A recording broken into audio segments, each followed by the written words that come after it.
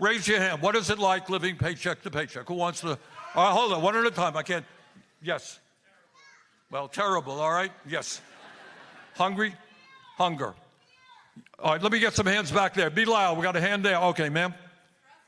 Stressful. Stay on that issue, sir. You're not sure if you're going to be able to keep the heat on. Yes, ma'am. Trying to find a way to plan a meal for your until your next paycheck comes. Ma'am?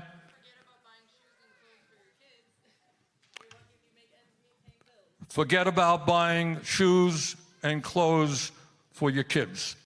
Senator Bernie Sanders, independent Vermont in Altoona, Wisconsin. He joins me now. Senator, first, I just want to ask you about the continuing resolution. You just heard Senate Minority Leader Chuck Schumer saying he's going to essentially vote for cloture tomorrow, make sure that this bill can get an up or down vote and thereby pass, because Republicans will pass it, keep the government open.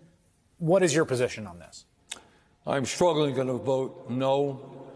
I think the American people are sick and tired of Elon Musk, the richest guy in the world, running around slashing Social Security, veterans programs. That Republicans are moving for massive tax breaks for the rich and cutting Medicaid and nutrition, moving us to oligarchy and authoritarianism. You got to draw a line.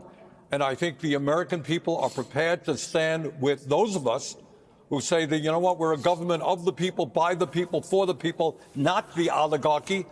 And we're not going to give tax breaks to billionaires and take food away from hungry kids. You got to stand up. You got to fight back. You got to go into the streets. You got to rally the American people. I think you can win millions of people, Republicans, Democrats, independents, who really do not like the direction in which this country is now going.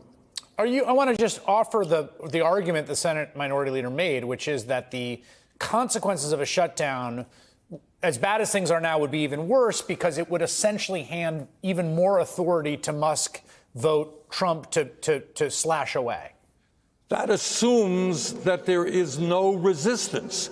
That assumes that millions of people are not standing up and saying, you know what, we're a democracy, not an authoritarian society. Don't undo the Constitution of the United States. You're not going to throw 83,000 workers off the Veterans Administration.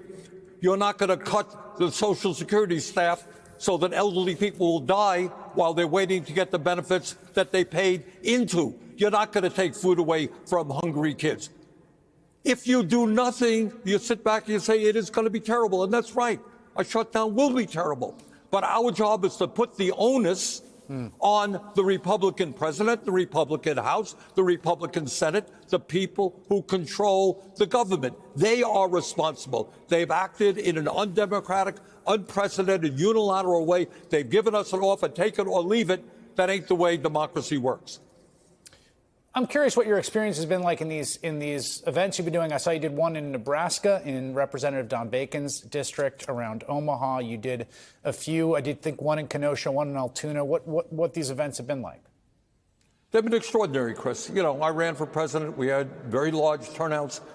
But in a non-campaign moment, to go to Michigan and find 9,000 or 10,000 people, working class people, coming out was, far exceeded our expectations. And I think what that tells me is, and that was primarily a working class group of people, that tells me people are sick and tired of Trumpism. Nobody thinks that it's okay for the richest guy in the world to do what he is doing. People are afraid of the future of Social Security. Musk has called Social Security a Ponzi scheme. Trump has lied about all of the people 200 years of age who are getting Social Security benefits. They're trying to undermine faith in Social Security, which is the most popular and important program the government runs. People understand that. And what they want is us to fight back and defeat this trend toward oligarchy, authoritarianism, and inequality. I want to ask about a piece of Senate business today. A committee you sit on, if I have this correct, I think it was HELP, was going to have a confirmation hearing for the nominee to run the CDC under Donald Trump, a former Republican congressman. He was withdrawn just before the hearing happened. I'm not quite sure. He seems like he has kind of the same basically anti-vax disposition as Bobby Kennedy at HHS. Do you have a clearer read on what's going on there? I think what he indicated is that he, I guess, thought that he might not have the votes, or the administration thought he might not have the votes on the committee. One or two Republicans would have voted against him. Do you think that the fact that we have now upwards of 280 measles cases, we've got a child who's died of measles, we've got an adult who's died of measles, and we've got the Secretary of Health and Human Services out there talking up beef tallow fries and talking down the vaccine, might be getting into the heads a little bit of the Republican members of that committee? I think look, the truth is, I know that there are Republican members of that committee who are very concerned about Kennedy's views on vaccines. Yeah. But what you have to appreciate, Chris, is in a corrupt campaign finance system, Elon Musk and other billionaires are prepared to spend an endless amount of money against anyone who stands up to them. All right, Senator Bernie Sanders, thank you for making some time on a very busy day. Really appreciate it.